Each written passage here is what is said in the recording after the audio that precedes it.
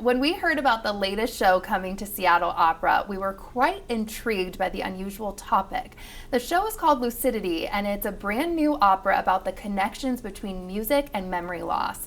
And joining me now is the show's composer, Laura Kaminsky, and writer, David Cody. Welcome to you both, and thank you for being here. Thanks, Kelly. Thanks. Yes, and so such a unique opera. How did this come about?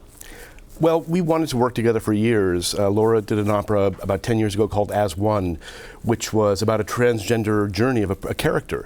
And it was so beautifully emotional and open and the gorgeous music that I knew I wanted to work with her. And so I had this idea of maybe a music therapy scenario. A musician, an elderly person, and their caregiver. And Laura was interested. Yeah, So and amazing. I saw an opera by David the year after my opera came out, Scarlet Ibis, which was such a beautiful story that I knew that we were destined to work together. Yeah. And you had the idea of bringing Lucy Shelton on. And Lucy is one of the four. It's really an ensemble cast, but she plays the elderly singer who is in the early stages of dementia and is aware that she's beginning to lose her facility to negotiate the world. And I am friends for 40 years now with the soprano Lucy Shelton, who was a specialist in contemporary music. And she had just sung her 75th birthday concert and said, I don't know what's next. I said, I do. well, she said, maybe you should write me something. And I thought, I'll write a little song for Lucy. And then I told David about it, and that brought our two concepts together, and here we are. And so tell me more, too, about the storyline of the opera. Well, the characters include Lily, who's an ex-singer, ex-teacher, and sort of a secret composer. You know, she has a lot of compositions she hasn't shared with the world yet.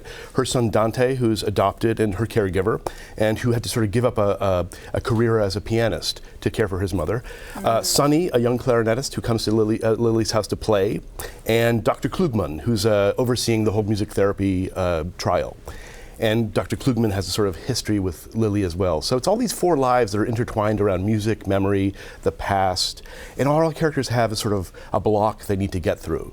So it's sort of four human dramas that we're following through the piece. And their stories all intersect and connect through the past and the present as it plays out over the course of the story. Yeah. It sounds so beautiful and so interesting.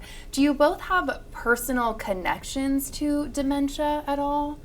Well, my father suffered from dementia, and one of the things that gave him the most peace and joy in his last years was singing in a chorus for people with memory loss problems. Wow. And he remembered all the lyrics of all the American Songbook and sang along with gusto, and it gave him a sense of joy in living. So, yeah. And well, my mother is still very, very, very much here and very much alive and well. But I was married for about 7 years, and my wife was diagnosed with cancer, and so in her final years, I was sort of definitely her caregiver, and so which is a very difficult situation, a mix of pain and guilt, and just a mix of really difficult, messy human feelings. And so we give a little expression to Dante's sense of how his life is very blocked, as I said earlier. It's just the caregiver experience is there. Yeah, and I think for both of us, each of the characters are based in truths in our own lives, but nothing is autobiographical in a specific way.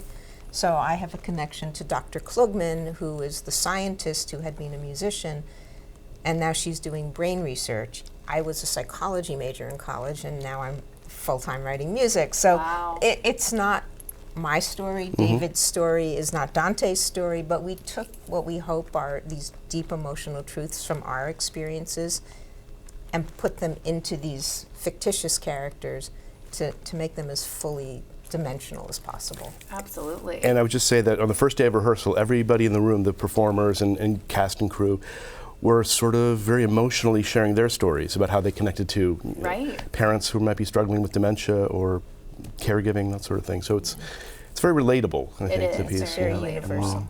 And thank you for sharing all of that. And so what do you guys want the takeaway when someone goes and sees this show? What do you want their takeaway and experience to be? I know it's a hard question. It's interesting. It's like it doesn't have and operas generally end in death and dismay and horror, except for comic operas. But and this is neither a comic opera nor a tragic opera. It's a contemporary opera, so it's about life today, and so there are no happy endings. And people who suffer from Alzheimer's or dementia, there's no happy ending. Music therapy isn't a cure-all, but we are trying to portray a moment of peace, of happiness, of people working through their problems. I think that there's some beautiful lines in the libretto, and I think that for me those are the takeaway, which is life is precious. You can choose some things and you can't choose others, but you have to live. Thank you so much for being here. And just a reminder, Lucidity is happening at Seattle Opera from November 21st to the 24th. Head to the website for ticket information.